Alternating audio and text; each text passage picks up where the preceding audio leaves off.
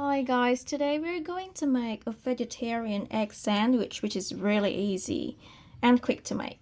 So to make this, you thinly slice your veggies. I like to add apple to my sandwich just to give it some texture and sweetness. And then you can also use capsicum, use lettuce. It's up to you, veggies in your choice. And then you boil 2 to 3 eggs for 7 minutes, exactly 7 minutes, and then you cool them and mash the eggs.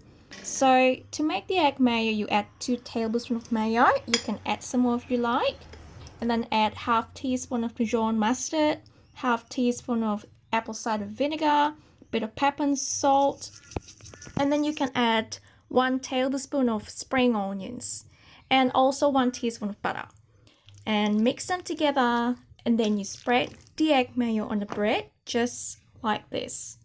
Then you add your veggies, apple slices, capsicum, lettuce, and this will be better with cheese, so if you like, go for it. And then to make it easier to cut, I usually wrap the sandwich with cling wrap. Just wrap it tightly, and then you can cut the sandwich into half. And that's it. I hope you enjoy it. There you go.